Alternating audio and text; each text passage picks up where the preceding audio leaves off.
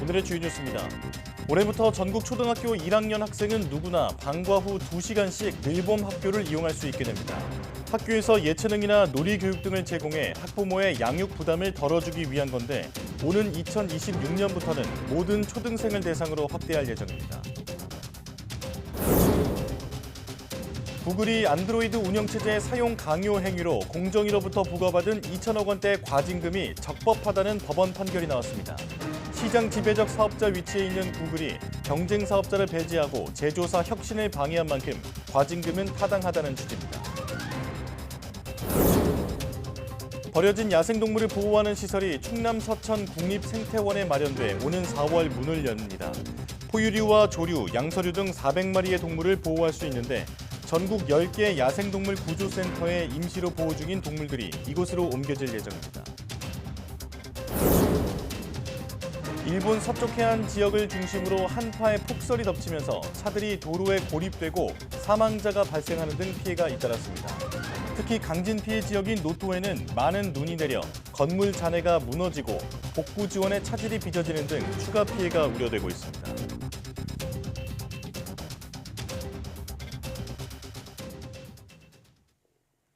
여러분 안녕하십니까? 1월 25일 사이언스 투데이 시작합니다. 최근 우리나라도 강추위가 계속되고 있는데 가까운 일본도 올겨울 최강 한파와 폭설이 덮치면서 큰 혼란을 겪고 있습니다.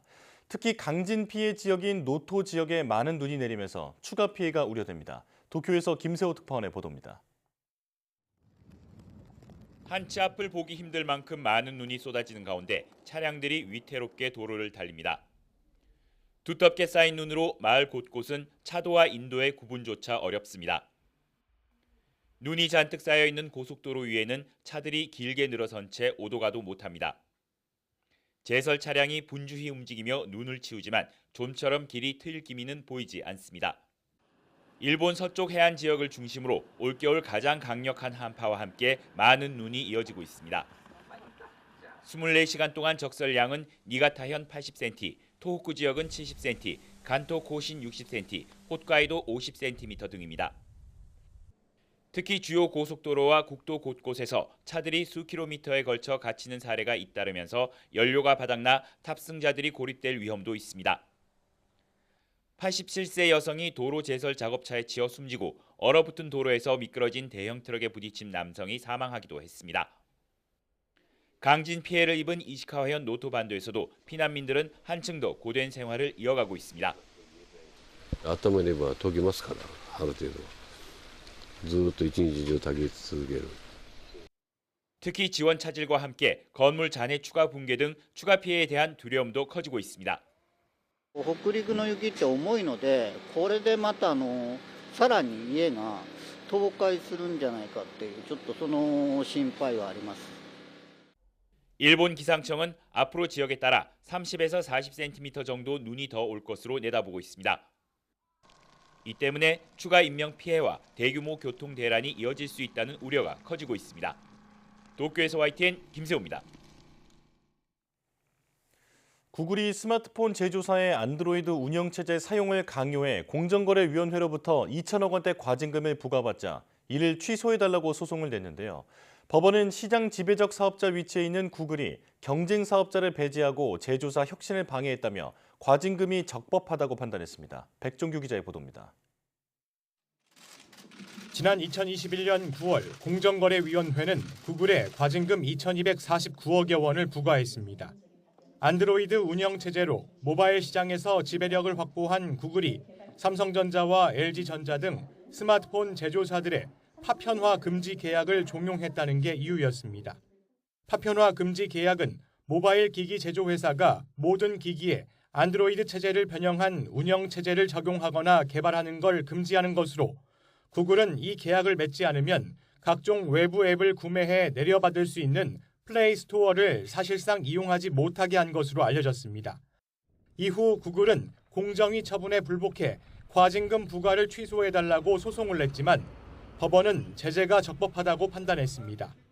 재판부는 구글이 스마트 기기 제조사에 관련 의무를 종용해 경쟁사의 운영 체제를 사용하지 못하게 하고 새로운 스마트 기기 연구 개발 혁신 활동을 저해했다고 밝혔습니다. 또 시장 지배적 지위 남용과 불공정 거래 행위로 제조사의 기기 출시를 제한하고 경쟁사와 거래도 막아 시장 진입을 봉쇄한 거라고 지적했습니다. 그러면서 구글 요구 탓에 실제로 삼성전자와 LG전자 등이 기기 상용화나 특화 제품 개발에 어려움을 겪고 혁신과 품질 향상이 저해된다는 문제점을 토로했다고 설명했습니다. 이에 대해 구글 측은 그동안 국내 소비자에게 많은 혜택을 제공했음에도 이 같은 결과가 나와 유감이라고 밝혔고, 공정위 측은 앱 생태계를 독점하는 플랫폼 사업자의 반경쟁적 행위를 엄단하는 계기가 되길 바란다고 강조했습니다. 다만 삼성전자와 LG전자 등 스마트 기기 제조사들은 법원 판단에 별도 입장을 내지 않았습니다. YTN 백종규입니다. 세계 최대 소프트웨어 업체 마이크로소프트의 시가총액이 장중 한때 3조 달러를 돌파했습니다. 현지 시간 24일 뉴욕 증시에서 마이크로소프트 주가는 장중 한때 전날보다 1.5% 오른 405.62달러까지 상승하면서 시총이 3조 140억 달러까지 올랐습니다. 장중이긴 하지만 MS 시총이 3조 달러를 넘은 것은 이번이 처음으로 전 세계 상장 기업을 통틀어 아이폰 제조업체 애플에 이어 두 번째입니다. 다만 장 막판 차익 매물이 나오면서 주가는 상승분을 일부 반납하며 0.92% 상승에 그쳤고, 종가 기준 시가총액도 2조 9,920억 달러로 3조 달러 아래로 내린 채 마감했습니다. 마이크로소프트는 챗 GPT 개발사 오픈AI와 손잡고 지난해부터 인공지능 열풍을 주도하면서 기업 가치를 끌어올렸습니다. 페이스북의 모회사 메타가 시총 1조 달러 기업에 복귀했습니다. 현지 시간 24일 뉴욕 증시에서 메타 주가는 전날보다 1.43% 오른 390.7달러에 마감하면서 시총이 1조 40억 달러를 기록했습니다. 메타 시총이 1조 달러를 넘은 것은 2021년 9월 21일 이후 28개월 만입니다. 시총 1조 달러는 세계적인 인류 빅테크 기업의 상징으로 평가받고 있습니다. 이날 현재 뉴욕 증시에서 시총 1조 달러 이상 기업은 메타를 포함해 애플과 마이크로소프트, 구글 모회사 알파벳, 아마존, 엔비디아 등 6개뿐입니다. 미국 보잉 여객기가 이번엔 이륙 준비를 하다가 바퀴가 빠지는 사고가 일어났습니다. 앞서 비행 중 비상구 덮개가 뜯겨나가고 엔진에 불이 나는 등 올해 들어서만 벌써 4번째 사고인데요. 미 항공 당국은 이처럼 사고 뭉치가 된 보잉에 대한 조사를 다른 기종으로 확대하려 하고 있습니다. 보도에 이종수 기자입니다. 미 항공사 델타항공 982편이 미 애틀란타 국제공항에서 이륙 준비 중 앞바퀴가 떨어져 나갔습니다. Tower, the 75 on the runway just lost their nose tire. Tower, this is Delta 1783. You may want somebody to come out. It looks like the nose tire ran off the runway towards the end down. 사고기는 보잉 757 기종으로 콜롬비아 보고타로 갈 예정이었는데 당시 170명 넘는 승객이 타고 있었지만 다친 사람은 없었습니다. 올해 들어 보잉 여객기가 사고에 휘말린 건 이번이 4번째입니다. 지난 5일에는 승객과 승무원 177명을 태운 미 알래스카 항공 1282편 동체 측면에서 비행 중 비상구 덮개가 뜯겨나가는 사고가 발생했습니다. 보잉의 737 맥스 9 기종으로 긴급 회항 끝에 비상 착륙해 대형 사고를 가까스로 면했습니다. 미 항공당국은 자국 내 동일 기종의 항공기 운항을 중단시키고 긴급 점검을 지시했습니다. 조사 결과 다른 항공사 737 맥스 9 여객기들까지 도어 플러그 볼트가 느슨하게 조여진 문제가 확인됐습니다. 지난 17일에는 토니 블링컨 미 국무장관이 스위스 다보스 포럼 참석을 마치고 귀국을 위해 타려던 보잉 737 전용기 결함 때문에 다른 민간 항공편을 이용했습니다. 이튿날 18일에는 아틀라스 항공 보잉 7478 화물기가 미 마이애미 국제공항을 이륙한 직후 엔진에 불이 나 비상 착륙했습니다. 이처럼 세계 최대 항공 제조업체 보잉이 사고 뭉치가 되면서 미 연방항공청은 보잉의 다른 기종으로도 조사 확대를 시사했습니다. YTN 이종수입니다. 유럽 전역에서 성난 농민들이 거리로 쏟아지고 있습니다. 농가 소득 감소와 함께 유럽연합 EU의 각종 규제에 수입 농산물 유입까지 늘어나 생활고가 현실화됐기 때문입니다. 서봉국 기자입니다. 프랑스 고속도로를 농민들의 트랙터가 가득 메웠습니다. 국도 역시 농민들의 차량이 길을 막았습니다. 지난 18일부터 일주일째 이어지는 시위.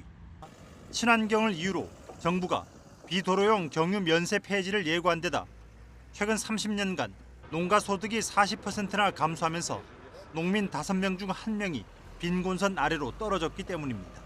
Là pour montrer un peu le ras-le-bol qu'il y a dans les exploitations agricoles et dans les campagnes en général. Ça fait quand même depuis le mois de novembre-décembre qu'on avait alerté. 농민 일부는 노란 조끼와 노란 모자를 쓰고 EU 본부가 있는 벨기에 브뤼셀로 몰려들었습니다. Mon mot aujourd'hui, c'est le ras-le-bol, la superposition de contrôles, de normes. On a des normes, on a des périodes pour répandre nos effluents d'élevage, le lisier ou le fumier. 농민들은 정부가 농민의 목소리에 귀 기울이지 않으면 수도권 전체를 봉쇄하겠다고 압박하고 있습니다. 농민들의 분노는 다른 유럽 국가도 마찬가지. 생물 다양성을 이유로 농지 보조금 조건을 강화하면서 독일에서도 한 달 가까이 농민들이 트랙터 시위를 벌이고 있고 폴란드와 루마니아 농민들은 값싼 우크라이나산 농산물 유입을 막기 위해 국경에서 대치 중입니다. Zawsze żeśmy siedzieli cicho, widzimy jak działają rolnicy w innych państwach, Francja, Niemcy i po prostu ze względu na to, że 헝가리, 슬로바키아, 불가리아, 리투아니아에서도 농부들의 움직임이 가시화되면서 유럽 전역이 성난 농심으로 몸살을 앓고 있습니다. YTN 서봉국입니다. 전 세계 지하수가 빠르게 말라가고 있으며 많은 지역에서 21세기 들어 이전보다 더 빠른 속도로 감소하고 있다는 연구 결과가 나왔습니다. AP통신과 미국 CNN 방송 등에 따르면 미국 산타바바라 캘리포니아대 연구팀이 세계 40개국의 우물 17만 곳과 지하수를 품고 있는 대수층 1,700곳의 데이터를 분석했더니 1,700곳 대수층 중 71%에서 2000년보다 지하수 수위가 낮아진 것으로 나타났습니다. 특히 이 가운데 3분의 1이 넘는 617곳에서는 지하수 수위가 1년에 0.1m 이상 내려간 것으로 조사됐습니다. 또 542개 대수층 가운데 3분의 1에서는 1980년, 1990년대와 비교해 21세기 들어 지하수가 줄어드는 속도가 더 빨랐습니다.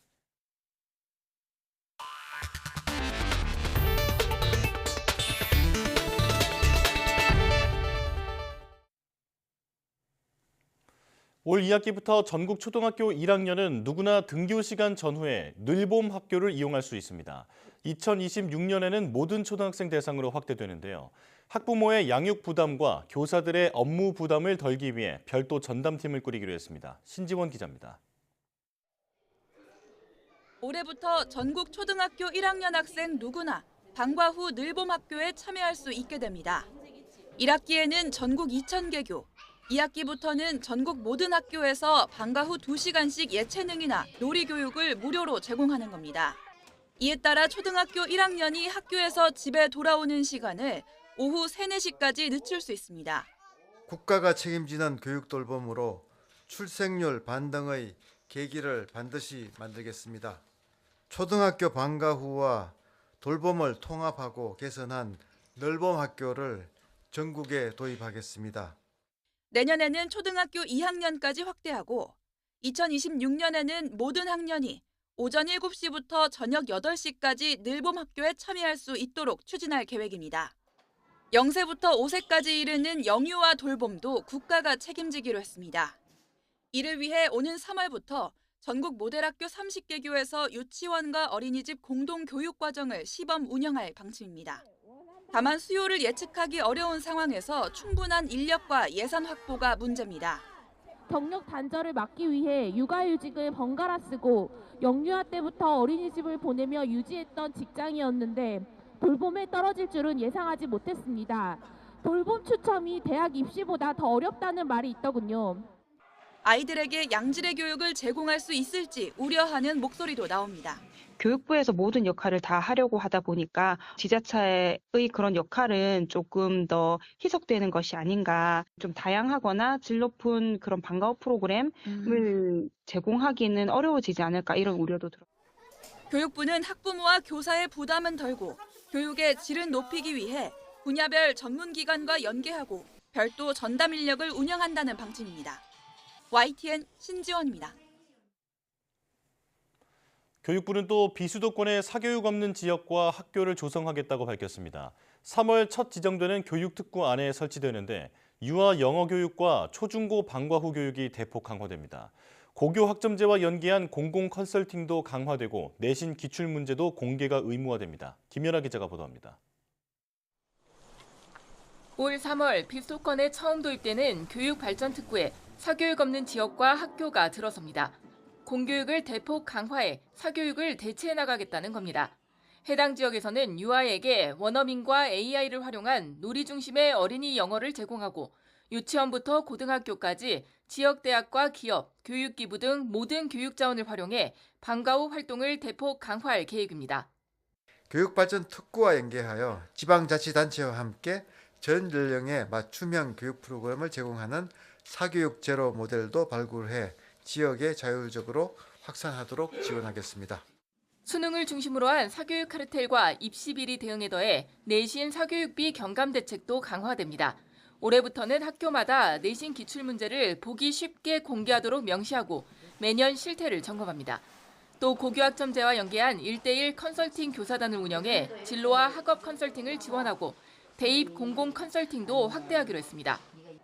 대학생은 전공 선택권을 강화하기 위해 대학들이 무전공 선발을 확대하도록 유도하지만 준비 없이 숫자만 늘리면 안 된다는 지적에 따라 검토안처럼 무전공 모집 비율을 강제하는 대신 전공 선택권 보장 방안과 무전공 교육 및 진학 상담 등 관련 내용을 모두 살피기로 했습니다. 또 기초 차상위 계층의 모든 자녀는 등록금 전액을 지원하고 1에서 6 구간은 추가 지원하며 올해 대학 연합기숙사 4곳을 착공해 대학생 주거 부담도 완화할 계획입니다. YTN 김현아입니다. 간혹 현금이 너무 닳거나 심하게 훼손돼 더는 쓸 수 없는 경우가 있죠. 지난해 손상화폐 4억 8천만 장, 3조 9천억 원어치가 이렇게 폐기됐습니다. 알아보지 못할 정도가 아니라면 새 화폐로 교환할 수 있다고 하는데 정확한 기준은 뭔지 나연수 기자가 보도합니다. 자택 화재로 불에 탄 지폐 1,900여만 원어치, 땅속에 묻어둔 돈 1,500여만 원은 습기에 부패했고 연못에서 건져낸 340만 원어치 동전도 부식된 상태입니다. 지난해 이렇게 훼손이 심해 폐기된 화폐는 모두 4억 8,385만 장, 3조 8,803억 원어치입니다. 낱장으로 이으면 경부고속도로를 76차례 왕복할 수 있고 층층이 쌓으면 에베레스트 산의 16배, 롯데월드타워의 253배에 달하는 양입니다. 폐기 규모는 한 해 전보다 7,117만 장, 17.2% 증가했습니다. 대면 상거래가 회복에 따라서 화폐 환수가 늘어난 데 주로 기인하고요. 특히 5만 원권 유통 수명 도래 증가에 따른 손상권이 늘어났고 시중금리도 상승에 따라서 환수 금액이 늘어난 데 주로 기인하고 있습니다. 폐기된 은행권은 만 원권이 절반 이상을 차지했고 1,000원권과 5만 원권, 5,000원권 순이었습니다. 냉장고나 창고, 땅속에서 습기를 먹은 사례가 가장 많았고 불에 타거나 칼이나 가위에 잘린 사례, 옷가지와 함께 세탁되거나 장판 아래 눌린 경우가 뒤를 이었습니다. 동전은 100원짜리가 가장 많았는데 분수나 연못, 창고 안에서 부식하거나 찌그러진 사례가 대부분이었습니다. 이렇게 훼손된 화폐는 한국은행에서 수수료를 받지 않고 교환해줍니다. 은행권은 남아있는 면적이 4분의 3 이상이면 액면금액 전액, 5분의 2 이상 4분의 3 미만이면 반액으로 바꿔줍니다. 5분의 2 미만이면 무효 처리됩니다. 특히 불에 탄 지폐는 재 부분도 남은 면적으로 인정하기 때문에 재를 털어내지 않고 그대로 용기에 담아가는 게 좋습니다. 망가진 주화는 액면금액으로 교환해주지만 모양이나 진위를 판별하기 어렵다면 역시 교환이 불가합니다. YTN 나연수입니다. 요즘 스키장을 찾는 분들이 많은데요. 안전사고에 특히 유의하셔야겠습니다.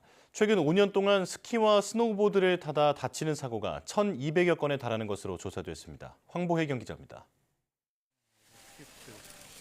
두 손으로 스키 폴대를 잡고 조심조심 슬로프를 내려옵니다. 스노우보드 방향을 틀어보지만 중심을 잃고 엉덩방아를 찍고 맙니다.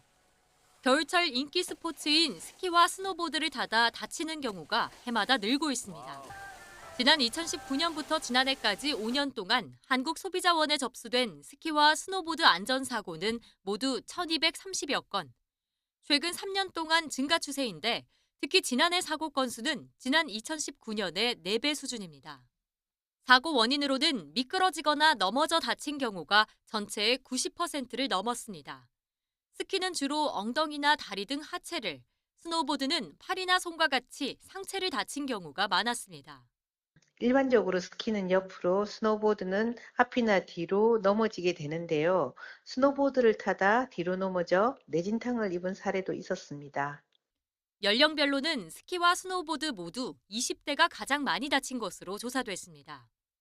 사고를 막기 위한 기본은 슬로프에 올라가기 전 방향 전환이나 넘어지는 방법과 같은 기초 교육을 꼼꼼히 받는 겁니다. 또 스키부츠와 스키판을 연결해주는 바인딩을 비롯해 필수 장비를 철저히 점검하는 게 중요합니다. 스키의 바인딩에서 구성하고 있는 플라스틱 그리고 부츠의 플라스틱이 깨지거나 아니면 제 역할을 못할 가능성이 높아서 노후화된 장비는 점검 후에 사용하시는 것이 좋으실 것 같습니다. 무엇보다 슬로프를 내려올 때는 스마트폰과 이어폰을 사용하지 않아야 안전사고를 피할 수 있습니다. YTN 황보혜경입니다. 버려진 야생동물을 보호하는 시설이 충남 서천군 국립생태원에 마련됐습니다. 한화진 환경부 장관은 국립생태원을 찾아 유기 야생동물 보호시설 개소 준비 상황을 점검하고 생태원 청년 직원들과 간담회를 했습니다. 생태원 유기 야생동물 보호시설은 포유류와 조류, 양서, 파충류 등 400마리 동물을 보호할 수 있습니다. 지난해 말 공사가 끝났고 현재는 내부 사육시설을 조성하고 있어 오는 4월 정식으로 문을 엽니다. 생태원은 보호시설이 문 열면 전국 10개 야생동물 구조센터에서 임시로 보호하는 동물들을 데려올 예정입니다. 최근 며칠간 맹위를 떨치던 동장군의 기세가 내일부터는 주춤해질 듯 싶습니다. 그래도 구례 화엄사의 홍매화가 피려면 서너 절기는 지나야 할 텐데요. 남도를 대표하는 매화, 화엄매가 천연기념물로 지정됐다는 소식이 일찍 전해졌습니다. 김범환 기자입니다. 지리산 자락에 자리한 천년고찰 구례 화엄사. 국보로 지정된 각황전과 대웅전 사이에 우아한 자태의 홍매화 한 그루가 서 있습니다. 퇴근하고 나서 직장 동료들이랑 같이 놀러 왔고요. 네, 저도 처음 와봤는데 뒤에 홍매화랑 너무 예뻐서 좋은 것 같아요. 홍매화는 전염병 대유행과 상관없이 국민에게 말 그대로 치유의 아이콘 그 자체였습니다.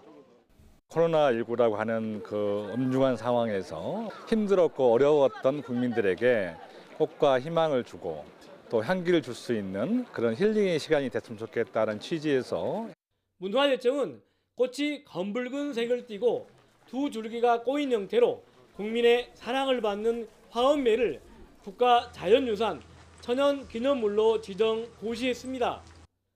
이미 국보 5점과 보물 9점 등 많은 문화유산을 보유한 대한불교조계종 제10교구 본사 지리산 대화엄사.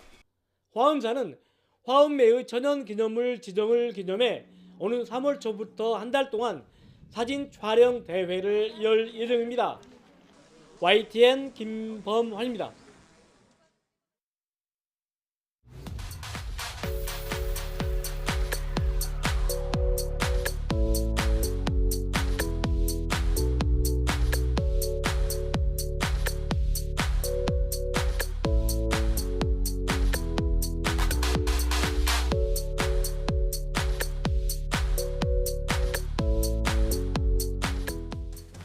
추운 날씨에 수도 계량기나 배관 동파 사고가 속출하고 있는데요. 만약 햇빛을 받으면 스스로 발열해 수십 초 만에 따뜻해지는 소재가 있다면 어떨까요?